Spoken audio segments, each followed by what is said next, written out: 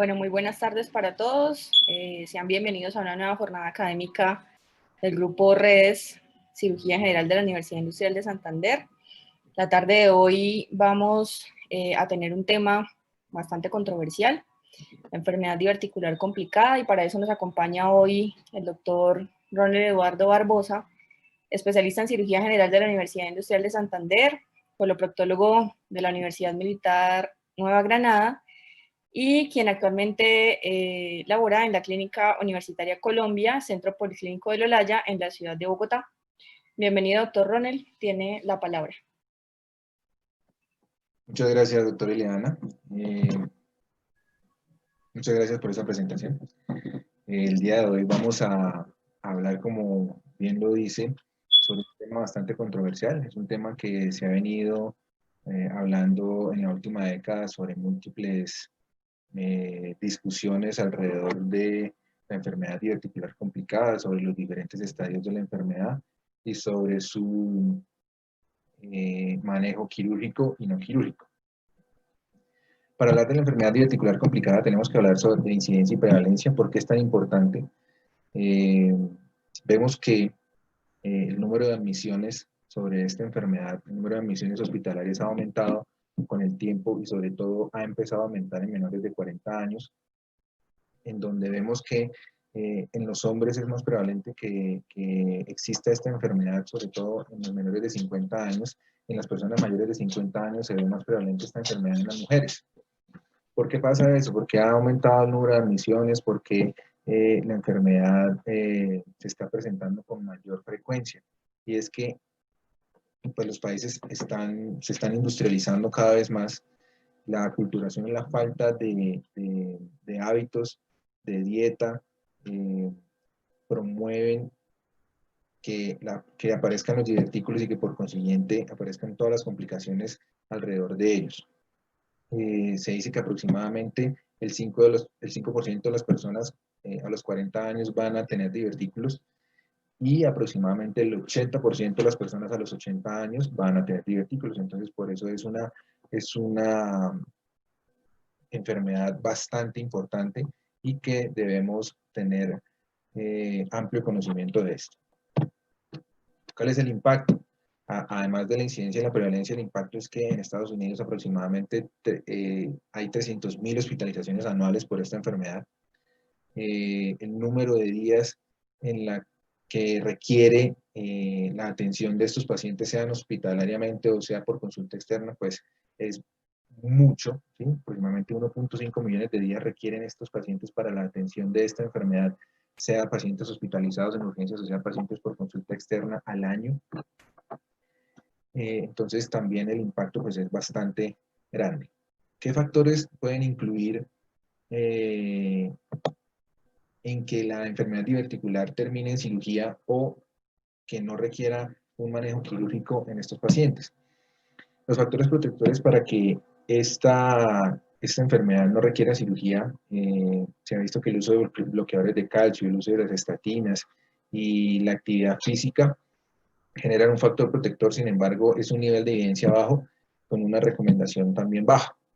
Y los factores de mal pronóstico que llevan a estos pacientes a que requieran de un manejo quirúrgico son el uso crónico de AINES, el uso crónico de corticoides, los opioides, el uso del cigarrillo, los pacientes obesos que tengan un índice de masa corporal bastante elevado o que tengan una grasa visceral también bastante elevada, o pacientes inmunosuprimidos, pacientes que tengan VIH, pacientes que estén cursando con quimioterapia.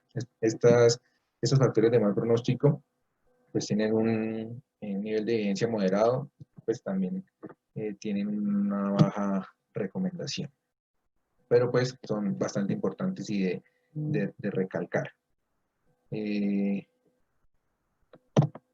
Para hablar de enfermedad diverticular complicada tenemos que hablar de clasificaciones.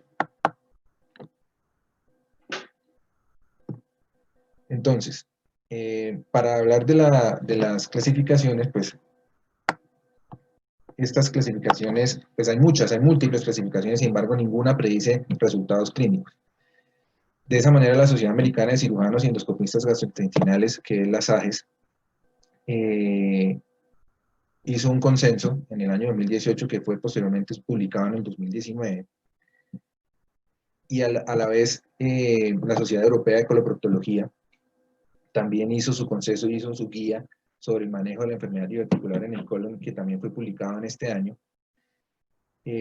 Ambas sociedades, tanto los americanos como los europeos, están de acuerdo en no adoptar una clasificación como tal para esta enfermedad diverticular, sino de aprobar una serie de términos que vamos a manejar de ahora en adelante. Y a pesar de esos términos, pues nosotros también encontramos que la clasificación de Hinchey es una clasificación ampliamente utilizada, por lo que también la usaremos, ¿sí? Entonces, de acuerdo a la Sociedad Europea, vamos a manejar estos términos. Entonces, la diverticulosis, que es la presencia de divertículos en el colon.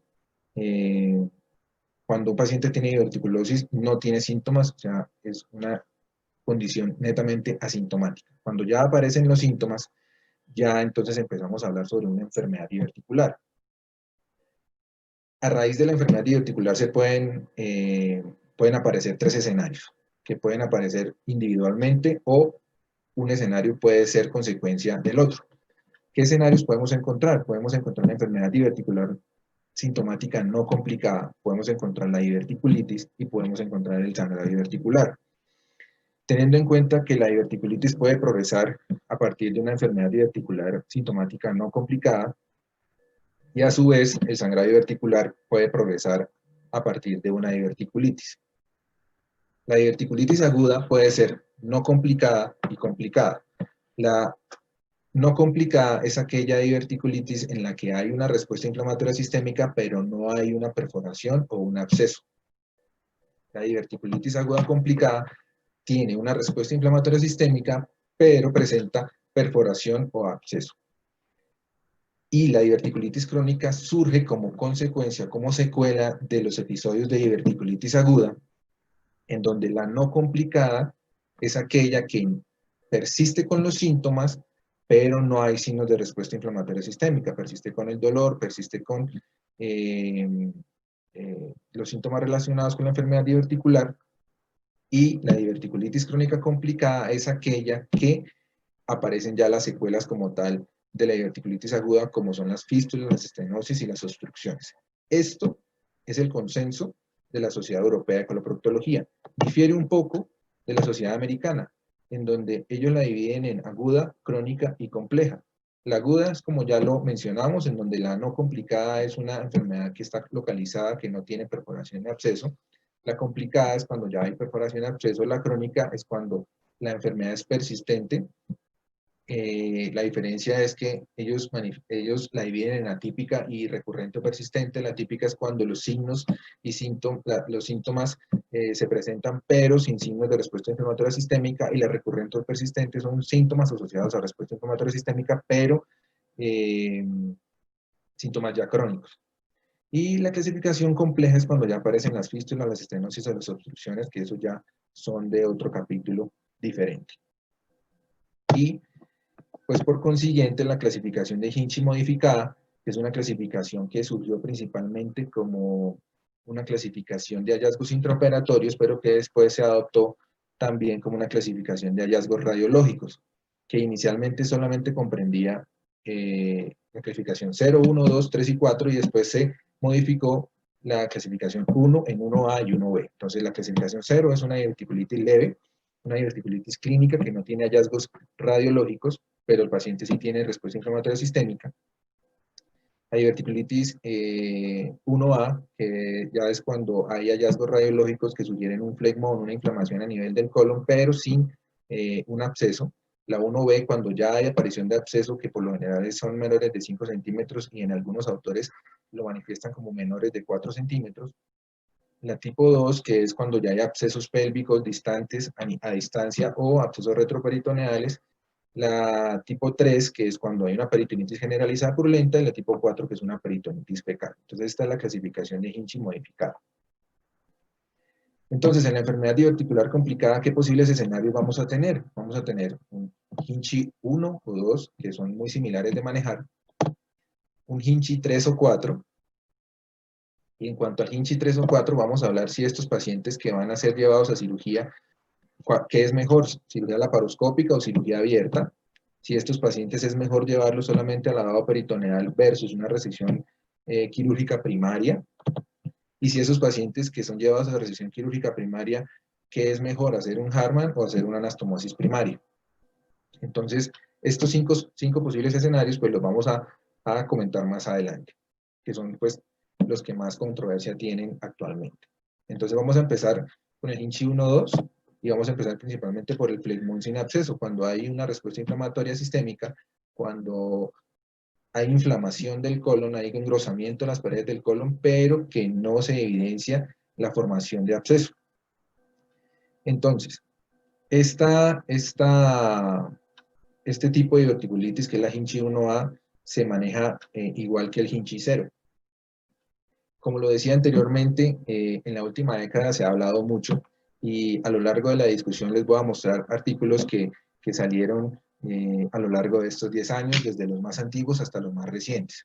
Entonces, en cuanto al Hinchi 1A, en el 2012 apareció este artículo en donde evaluaban en 10 departamentos de cirugía en Suecia y en Islandia y evaluaban dar antibiótico versus no dar antibiótico y encontraron que la tasa de complicación la tasa de complicación es muy similar, que es del 1.9% en pacientes que tuvieron antibiótico y 1% en pacientes que no se les dio antibiótico, que tienen la misma estancia hospitalaria, más o menos 3 días, y concluyeron que el antibiótico no acelera la recuperación ni previene complicaciones o recurrencia. Entonces vamos a tener en cuenta este artículo en donde decían que darle antibiótico y no darle antibiótico es prácticamente lo mismo. Este siguiente artículo evaluaba si esos pacientes se podían manejar intrahospitalariamente o se podían manejar en la casa. Se hacía la confirmación por TAC de la diverticulitis no complicada y se les daba antibiótico a todos los pacientes. Encontraron que la tasa de falla era la misma, que los costos aumentaban en los pacientes en los que se manejaban intrahospitalariamente y concluyeron que el manejo ambulatorio es igual de seguro y efectivo que si se manejaba intrahospitalariamente. Entonces ya llevamos 2 artículos en los que decíamos que dar antibiótico y no dar era lo mismo y manejar en la casa que manejar hospitalizado también es lo mismo. Por consiguiente apareció este tercer artículo, que es un artículo que es referente en las últimas guías que les mostré, en las guías americanas y en las guías europeas. Este artículo se denominó Diabolo por sus siglas diverticulitis, antibióticos o seguimiento estricto, en donde evaluaban la efectividad de los antibióticos en el primer episodio de diverticulitis aguda no complicada. Y se aleatorizaban los pacientes. 266 pacientes se les dio antibiótico y 262 pacientes se les hizo observación y se les hizo 6 meses de seguimiento. Se encontró que estos pacientes, la estancia hospitalaria no era muy diferente, era 2 versus 3 días en los pacientes de observación versus que se les dio antibiótico, que el tiempo de recuperación era también muy similar, pero se veía que sí había una diferencia en la diverticulitis complicada, en la diverticulitis recurrente, en donde los pacientes en los que se les daba observación tenían más posibilidad de complicación que los pacientes que se les daba antibiótico, al igual que los pacientes que eran llevados a resección sigmoidea, pacientes que reingresaban por el episodio o pacientes que tenían desenlace fatal. Entonces, este artículo defendía la posición de que a los pacientes con enfermedad diverticular no complicada tenían menos complicaciones si se les daba antibiótico. Por consiguiente, la Sociedad Americana de Coloproctología, en sus parámetros prácticos de tratamiento de diverticulitis sigmoidea, dice que el tratamiento no quirúrgico debe incluir antibióticos orales o intravenosos y una modificación de la dieta con un grado de recomendación fuerte basado en un bajo nivel de evidencia 1C. Entonces, como resumen de esta primera parte de Hinchey 1A o 0, todos los pacientes se pueden manejar no quirúrgicamente con antibiótico y con modificaciones de dieta. Pasamos al siguiente capítulo, pasamos a la siguiente discusión, que son los pacientes que ya tienen inflamación con absceso, que son los pacientes Hinchey 1B y Hinchey 2. en donde ya tenemos un absceso, sea localizado a nivel pericólico o tenemos un absceso a distancia o retroperitoneal. Entonces, igualmente, empezamos con los artículos más antiguos. Este artículo era de 2014, en donde evaluaban el impacto del drenaje guiado por TAC en el tratamiento de los abscesos diverticulares. Vieron que los abscesos en enfermedad diverticular aparecían entre un 15 y un 20% de los pacientes que tenían diverticulitis, que el tamaño controversial era 4 centímetros, y que los pacientes que tenían menos de 4 centímetros de tamaño en los abscesos mejoraban con el manejo conservador, o sea, el manejo antibiótico, reposo intestinal, observación por 48 horas, y encontraron que en los pacientes que tenían abscesos mayores de 4 centímetros, estos pacientes se beneficiaban mucho del drenaje guiado por tomografía, como paso previo a la cirugía. O sea, eso no quiere decir que el drenaje guiado por TAC es el manejo idóneo, ¿sí? ¿Por qué? Porque como vemos ahí en la diapositiva, hay una tasa de falla que va desde un 15 hasta un 30% y una tasa de recurrencia hasta un 40%. O sea que no todos los pacientes que van a ser llevados a drenaje guiado por imágenes se van a mejorar completamente, sino que hay un porcentaje menor que pueden fallar y que pueden requerir de cirugía. Estos drenajes pueden ser transabdominales, pueden ser transglúteos, transperineales, transvaginales, transrectales, y también vieron en este artículo que los abscesos pélvicos y multiloculados tienen mayor riesgo de que recidiven, o sea que estos pacientes tengan falla al tratamiento del drenaje guiado por imagen. Un estudio más reciente del 2019 evaluaron y analizaron las opciones de tratamiento en los pacientes con abscesos diverticulares. Un estudio retrospectivo, 241 pacientes entre el 2013 y el 2016, en donde hicieron el diagnóstico mediante TAC abdominal y encontraron los abscesos. Evaluaron los pacientes que se les dio antibiótico, cuáles pacientes tenían más posibilidad de manejarse con drenaje percutáneo, cuáles tenían más posibilidad de terminar en cirugía y cuáles podrían terminar con desenlace fatal. Entonces, en esta gráfica mostramos los desenlaces. Entonces, aquí vemos el éxito de la terapia solamente con antibiótico. Y aquí en la parte de arriba vemos el tamaño de los abscesos. Entonces, de menos de 20 milímetros, o sea, menos de 2 centímetros, entre 2 y 4 centímetros, entre 4 y 6 centímetros, entre 6 y 8 centímetros y los mayores de 8 centímetros. Vemos que entre más grande sea el absceso, menor la posibilidad de éxito con el manejo solamente con antibiótico.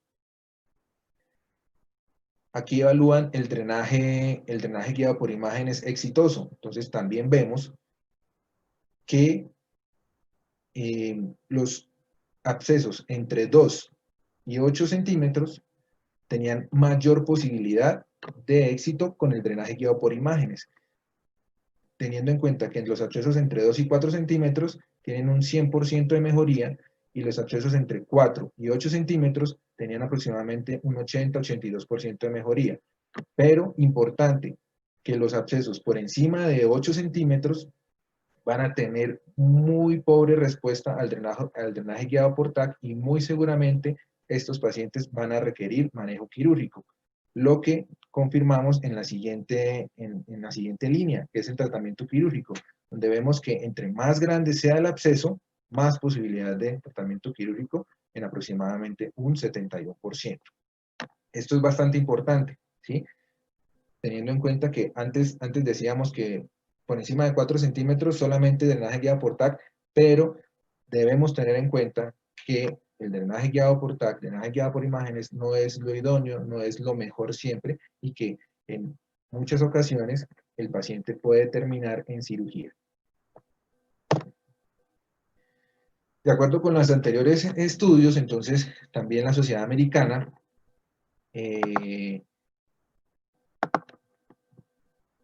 recomienda que el drenaje percutáneo guiado por imágenes se debe usar como tratamiento apropiado en los pacientes que tengan abscesos diverticulares y pacientes que estén estables, ¿sí?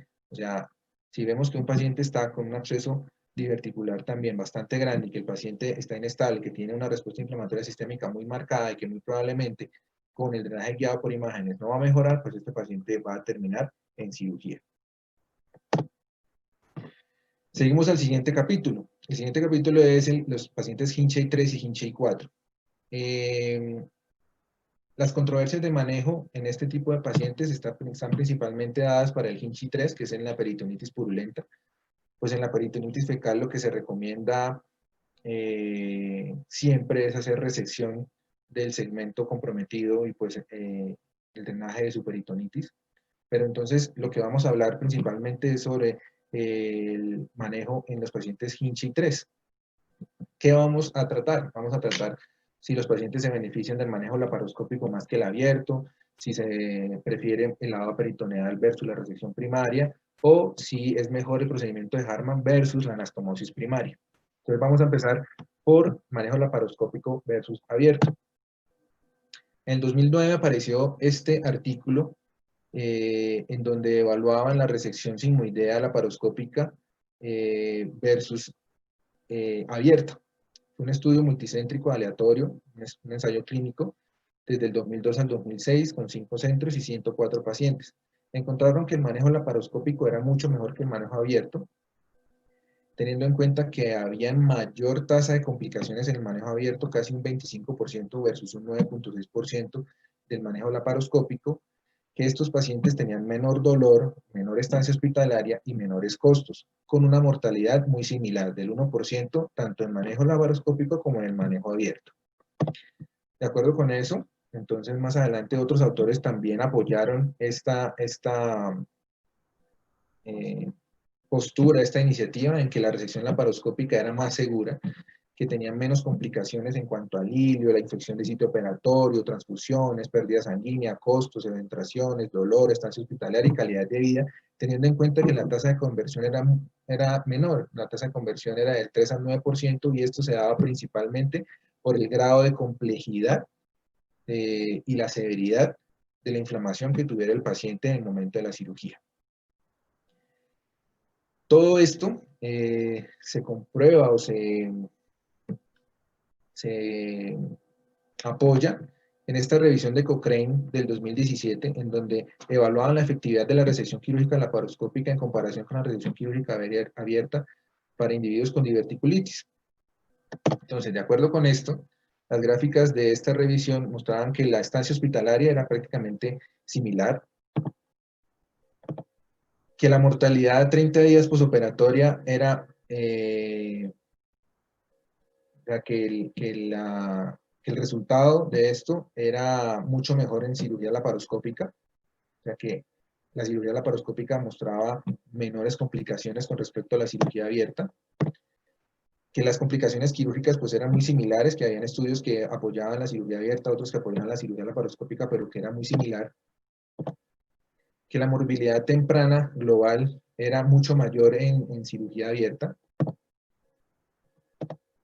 que la morbilidad tardía era mejor en cirugía laparoscópica, que la mortalidad tardía era mucho mayor en cirugía abierta y que la tasa de complicaciones mayores pues era un poco mayor, o sea, eran muy similares pero con un poquito de desviación hacia la cirugía abierta. Y que la tasa de reoperación por fugas anastomóticas era muy similar. Entonces, de acuerdo con esto, concluyeron que la cirugía laparoscópica es mucho mejor que la cirugía abierta, teniendo en cuenta que tiene menor tasa de mortalidad, menor tasa de morbilidad y menor posibilidad de complicaciones mayores y a largo plazo y a corto plazo. Vamos a pasar al siguiente capítulo, vamos a mirar qué es mejor, lavado peritoneal o resección quirúrgica primaria. En cuanto a esto, es lo que más se ha hablado en cuanto a enfermedad diverticular complicada.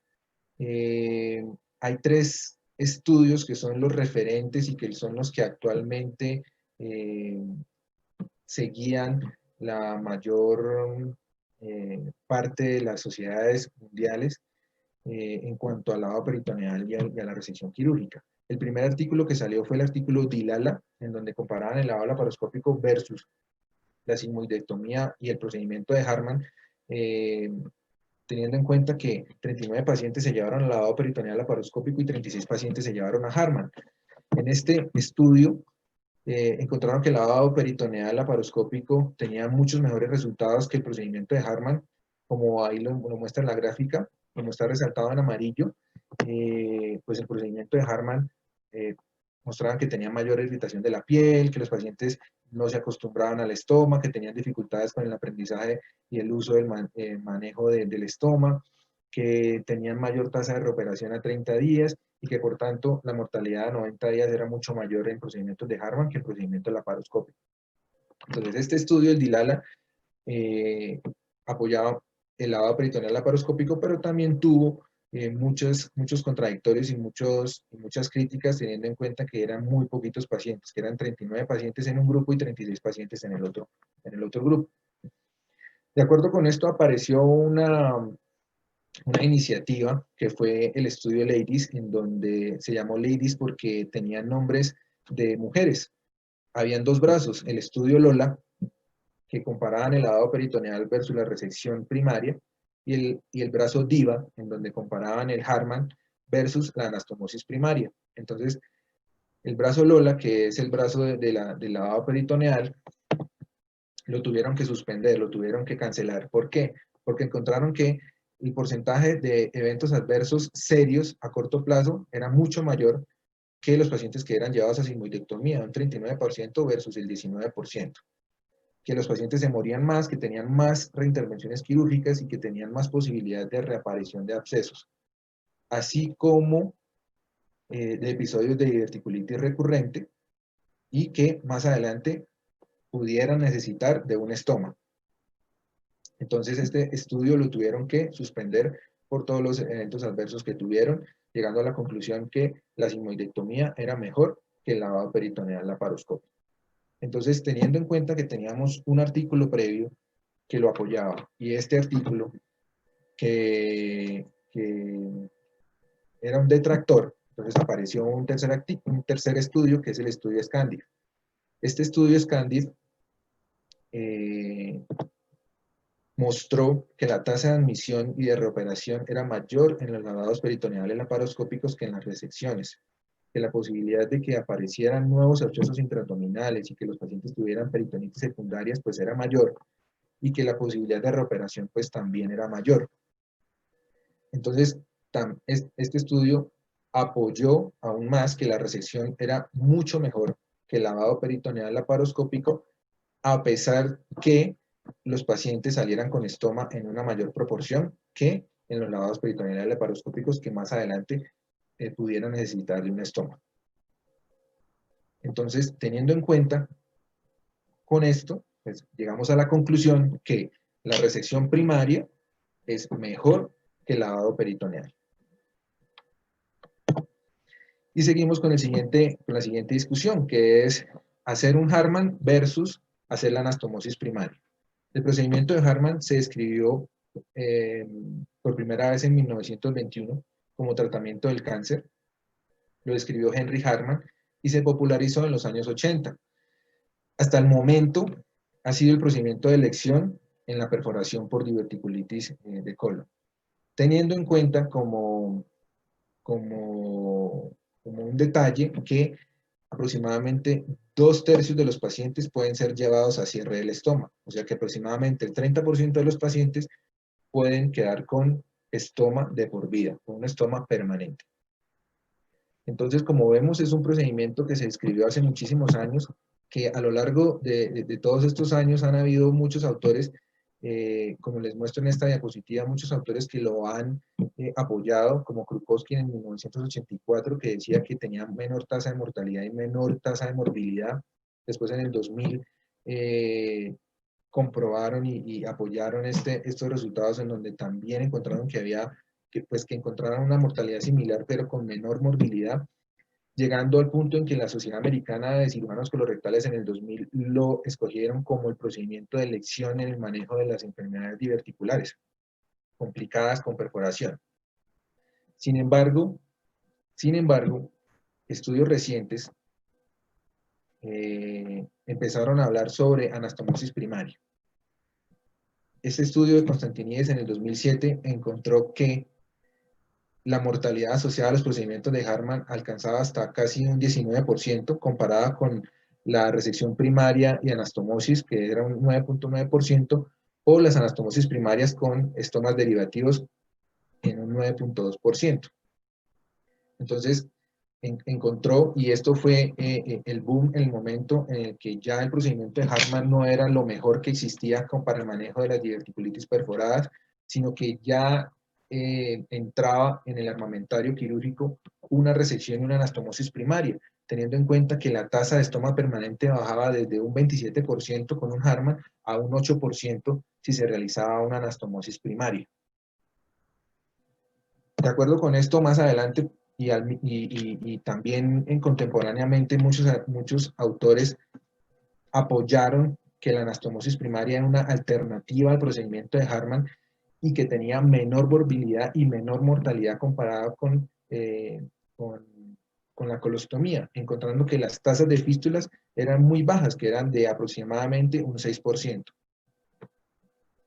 Pero también encontrando que las anastomosis primarias deben ser realizadas por cirujanos apropiadamente entrenados, en los que se debe considerar de acuerdo al estado del paciente prequirúrgico, al estado también intraoperatorio y también al juicio del cirujano, pues si el cirujano se siente más cómodo realizando la anastomosis primaria o si el cirujano se siente más cómodo haciendo la colostomía tipo Hartmann.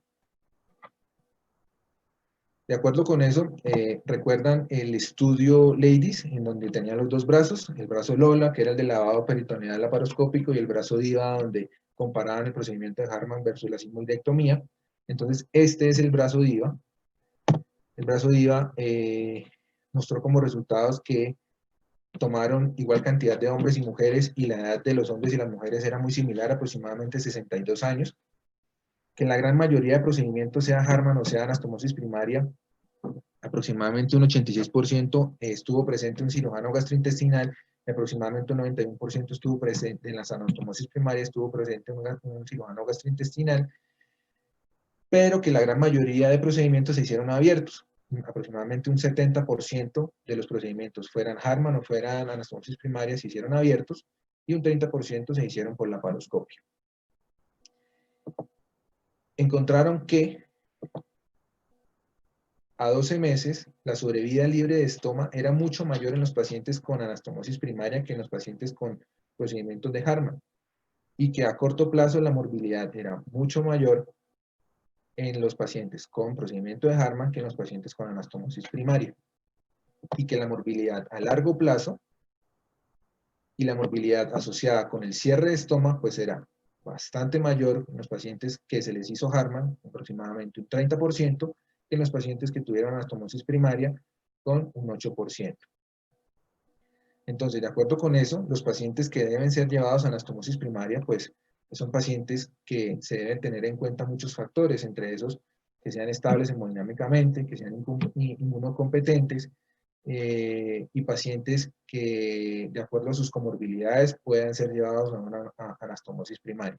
Esto no quiere decir que de ahora en adelante todos los pacientes que tengan enfermedad diverticular perforada tienen que hacerse una anastomosis primaria, no. Que es mejor hacer la anastomosis primaria que el Hartmann, sí, es mucho mejor, pero tiene que individualizarse el tratamiento del paciente teniendo en cuenta las consideraciones que les dije anteriormente.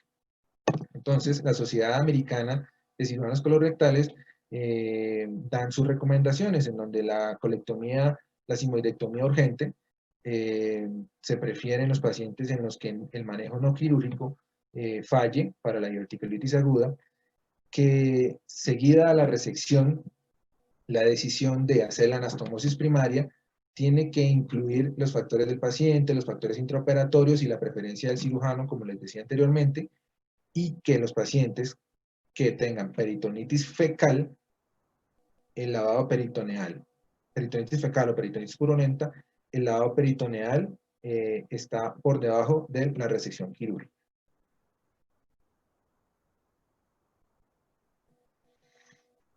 Bueno, entonces, ya hablamos del manejo laparoscópico, que encontramos que el manejo laparoscópico es mucho mejor que el manejo abierto. Vimos que, que la resección primaria es mucho mejor que el lavado peritoneal y vimos que la anastomosis primaria es mucho mejor que el procedimiento de Harman. Ahora vamos a hablar de otra consideración y es la cirugía electiva. La cirugía electiva se considera cuando los pacientes ya han mejorado su episodio agudo de inflamación, o sea, cuando el paciente ya no está hospitalizado, cuando el paciente tuvo mejoría completa de su enfermedad diverticular complicada aguda. Los pacientes con un episodio de enfermedad diverticular complicada pueden tener hasta un 13 o un 23% de posibilidad de que tengan un segundo episodio. Y que ese segundo episodio sea, la posibilidad de que sea complicado es de aproximadamente un 6% y que la posibilidad de que requiera cirugía es también del mismo porcentaje.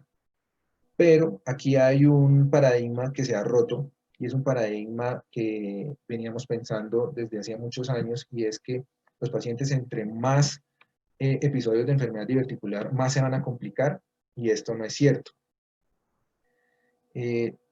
Más adelante les voy a mostrar un artículo en donde contradice este paradigma. Entonces, ¿qué pacientes van a tener más riesgo de recurrencia? Los pacientes que están inmunosuprimidos, los pacientes que tienen enfermedad renal crónica y los pacientes que tienen enfermedad del colágeno. ¿Cómo se puede presentar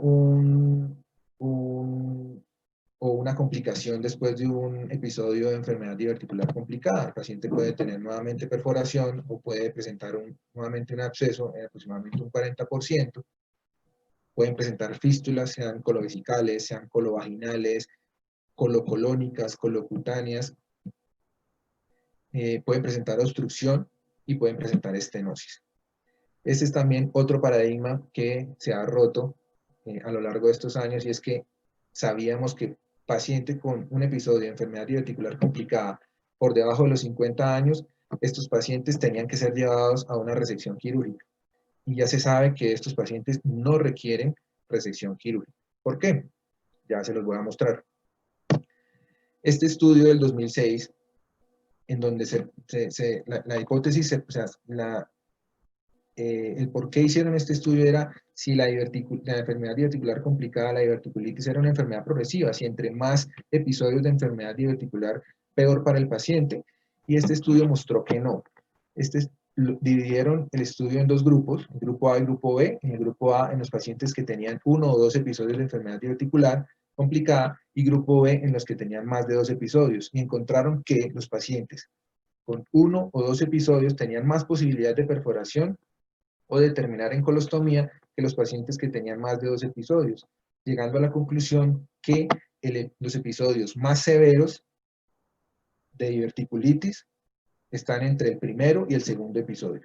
Que entre más episodios tengan, menor la complejidad y menor la severidad del episodio.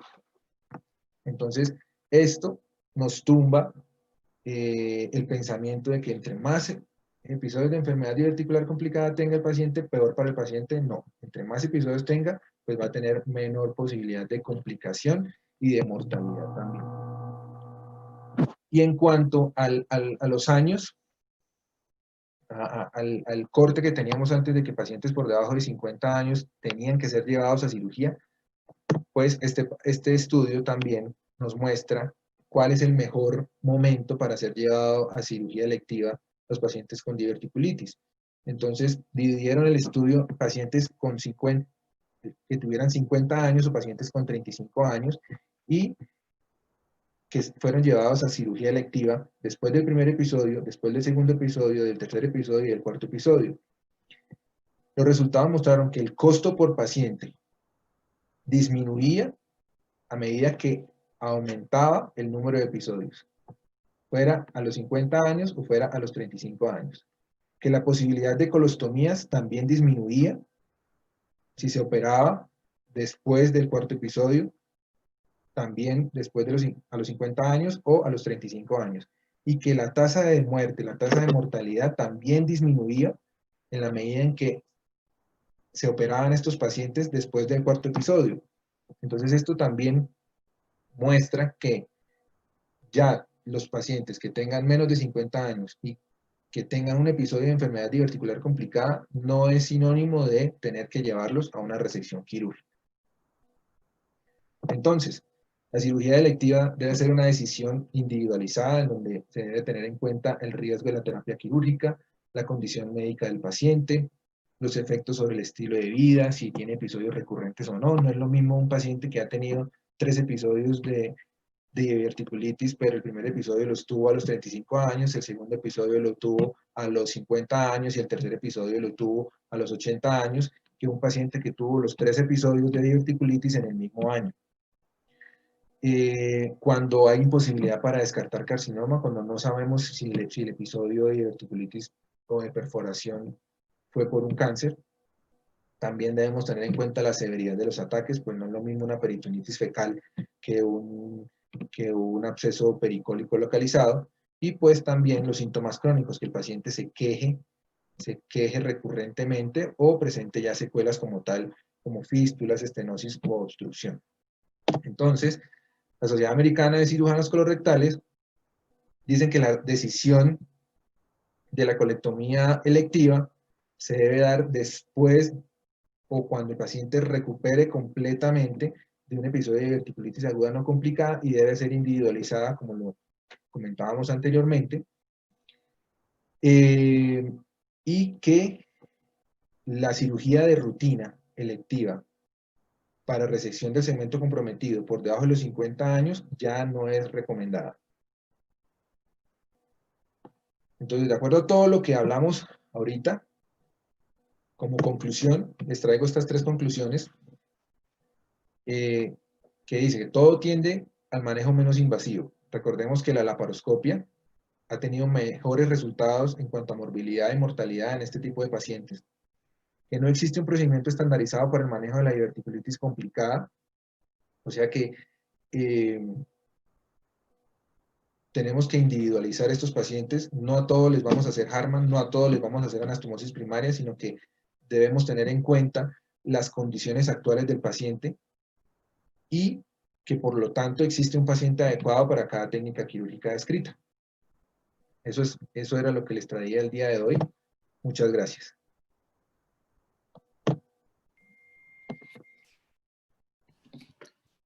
Muchísimas gracias, doctor Ronel, por su excelente presentación. Vamos a dar unos minutos para las preguntas en el canal de YouTube. Mientras tanto, la doctora Laura Delgado ya nos hace una pregunta acerca de la técnica en la anastomosis colorectal en el episodio agudo, sobre las recomendaciones al respecto. Bueno, no existe como tal cuál técnica quirúrgica en anastomosis sea mejor que otra, ¿sí? Se han descrito terminoterminales, terminolaterales, laterolaterales, dependiendo del sitio comprometido por el episodio de diverticulitis, porque recordemos que no todas las diverticulitis van a comprometer el sigmoides, también pueden comprometer el descendente, pueden comprometer el transverso, pueden comprometer el derecho. Entonces, la clínica anastomótica tiene mucho que ver con el sitio comprometido y con la facilidad que tengamos para hacer la anastomosis, pero no hay una técnica que muestre mejores resultados por encima de otra. Al igual que el uso de sutura mecánica versus el uso de sutura manual.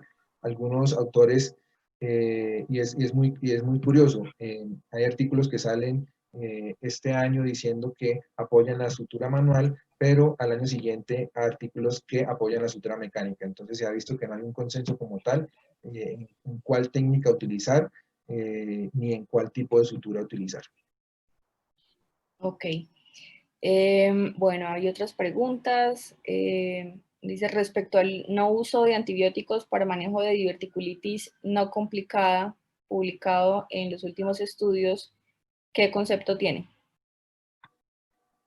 En lo personal, yo estoy muy de acuerdo en las recomendaciones que da la Sociedad Americana de Cirujanos Colorectales en los pacientes con diverticulitis no complicada, que tengan abscesos menores de 4 centímetros y que tengan inflamación sin absceso, deben ser manejados con antibióticos, sea intrahospitalariamente o sea ambulatoriamente, de acuerdo a las condiciones actuales del paciente. Si el paciente tiene respuesta inflamatoria sistémica, si tiene dolor abdominal, pues estos pacientes muy probablemente se manejen intrahospitalariamente hasta que les disminuya la respuesta inflamatoria y les disminuya el dolor abdominal. Pero sí estoy de acuerdo con que todos los pacientes con diverticulitis no complicada se deben manejar con antibióticos. Bueno, otra pregunta. ¿Todos los pacientes con peritonitis purulenta, a todos los pacientes se les puede ofrecer lavado peritoneal? Como lo dijimos en la charla, el lavado peritoneal solamente no es recomendado. ¿Por qué? Porque tiene mayor tasa de complicaciones, tiene mayor tasa de morbilidad, de reintervenciones y de posibilidad a futuro que el paciente pueda tener desenlaces fatales. Entonces, solamente el lavado peritoneal no es recomendado. Algunos autores y algunos cirujanos colorectales, sobre todo en Estados Unidos, utilizan el lavado peritoneal como un puente para la resección quirúrgica, pero pues esto se usa en los centros de alto volumen y en los centros especializados de cirugía colorectal. Pero como tal, que sea recomendado solamente como el único manejo, no es recomendado. Ok, otra pregunta. Según su experiencia, ¿qué criterios debe tener un paciente con diverticulitis no complicada para recibir manejo ambulatorio y qué esquema antibiótico recomienda? Para el manejo ambulatorio, el paciente debe no tener signos de respuesta inflamatoria sistémica, debe no tener dolor abdominal, pues porque es muy difícil de manejar un paciente así en la casa, ¿sí? Un paciente que presente leucocitosis, que presente dolor abdominal, pues muy seguramente va a requerir de manejo intrahospitalario. ¿Qué, qué esquema antibiótico se recomienda? Pues el esquema antibiótico para las bacterias que están predominantemente en el colon, que son las gram negativas anaerobias. Cualquier esquema antibiótico es usado, sea ampicilina sulbactam, sea ciprofloxacina, sea metronidazol, o asociados para los tipos de bacterias que ya le mencioné, que sean gram negativas o anaerobias. Pero cualquier esquema antibiótico es útil. Bien. Y por último, en torno a aquellos pacientes Hinchi 2 con manejo percutáneo, si se presenta recurrencia durante la misma hospitalización, ¿el paciente tendría indicación quirúrgica?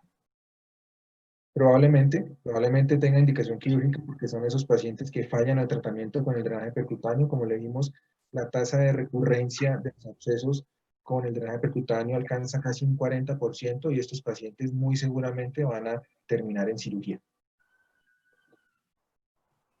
Bueno, no tenemos más preguntas por ahora. Muchísimas gracias por la presentación. Gracias a todos por la asistencia. Bueno, muchas gracias.